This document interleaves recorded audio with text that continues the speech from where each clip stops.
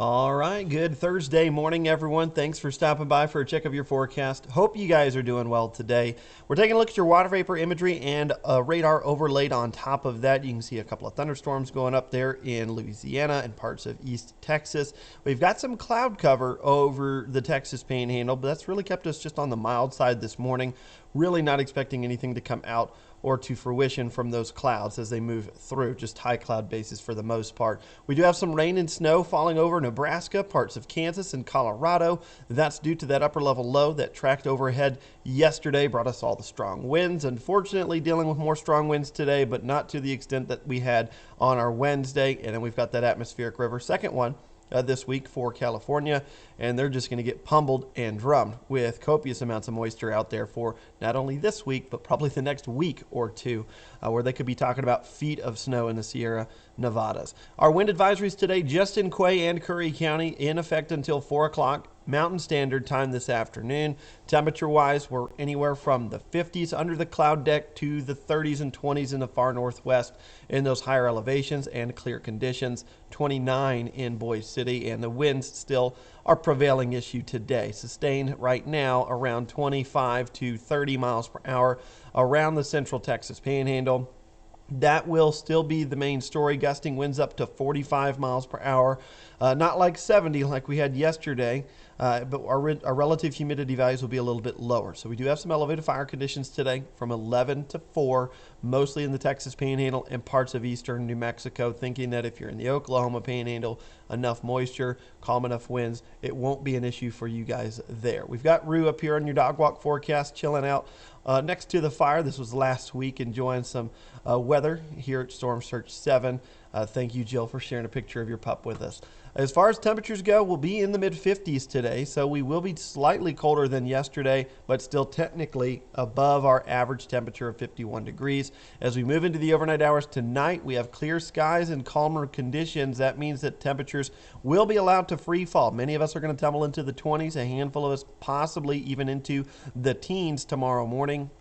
And then we end up with just partly cloudy skies in the southern half of the area. You can see some sporadic showers in the rolling plains and hill country, but I think we'll just see some virga showers here locally with that south wind starting to turn around tomorrow afternoon. Our next weather maker to keep an eye on, still unfortunately muddy water that we're looking at. We do see a trough coming through Sunday night through Monday. That right now is going to be negatively tilted. At least that's what we're thinking will happen. And that does mean that moisture will get wrapped into this system a little bit easier from the Gulf of Mexico. Now, the problem is the track. Right now, most models have this system diving right on top of us and then up to Omaha, Nebraska, and eventually up towards Minneapolis.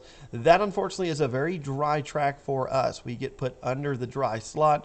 Lots of wind, unfortunately some fire conditions is the most likely outcome for our Monday. But again, we do tend to see systems dig a bit further south here than model guidance. Again, that's kind of a known problem.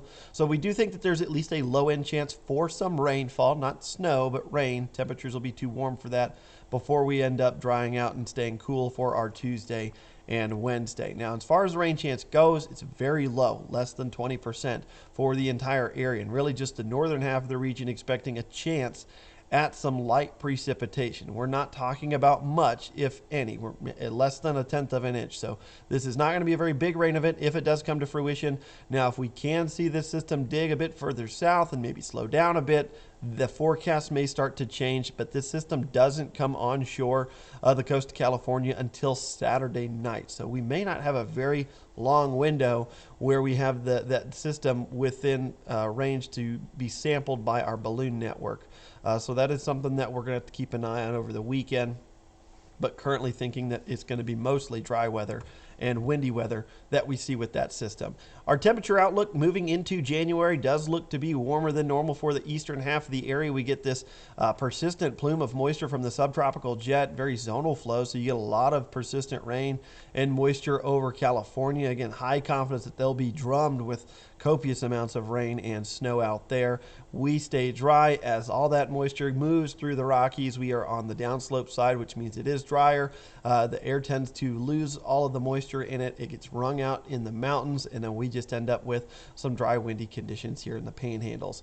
For your extended outlook temperature-wise, between the 8th and 14th, much of the same, warmer than normal and probably drier than normal. You can still see the effects of that atmospheric river pummeling the west coast. Here's our highs for today. A lot of mid-50s out there, a couple of 60s in the southeast Panhandle. Mostly breezy to windy conditions, though, before winds will slack off this evening. Lows tonight tumble to the teens and 20s, and then looking at some more seasonal weather for your Friday. Maybe a bit more cloud cover out and about on our afternoon tomorrow, but we will see a lot of sunshine Saturday. So if you've got any plans for New Year's Eve, I think you honestly couldn't ask for a better forecast here locally, especially for this time of the year for us. 64 for your high that day, and then we only tumble into the 30s and 40s for your morning low on Sunday. So it does look like it should be a pretty nice night as we move out of 2022 and into 2023.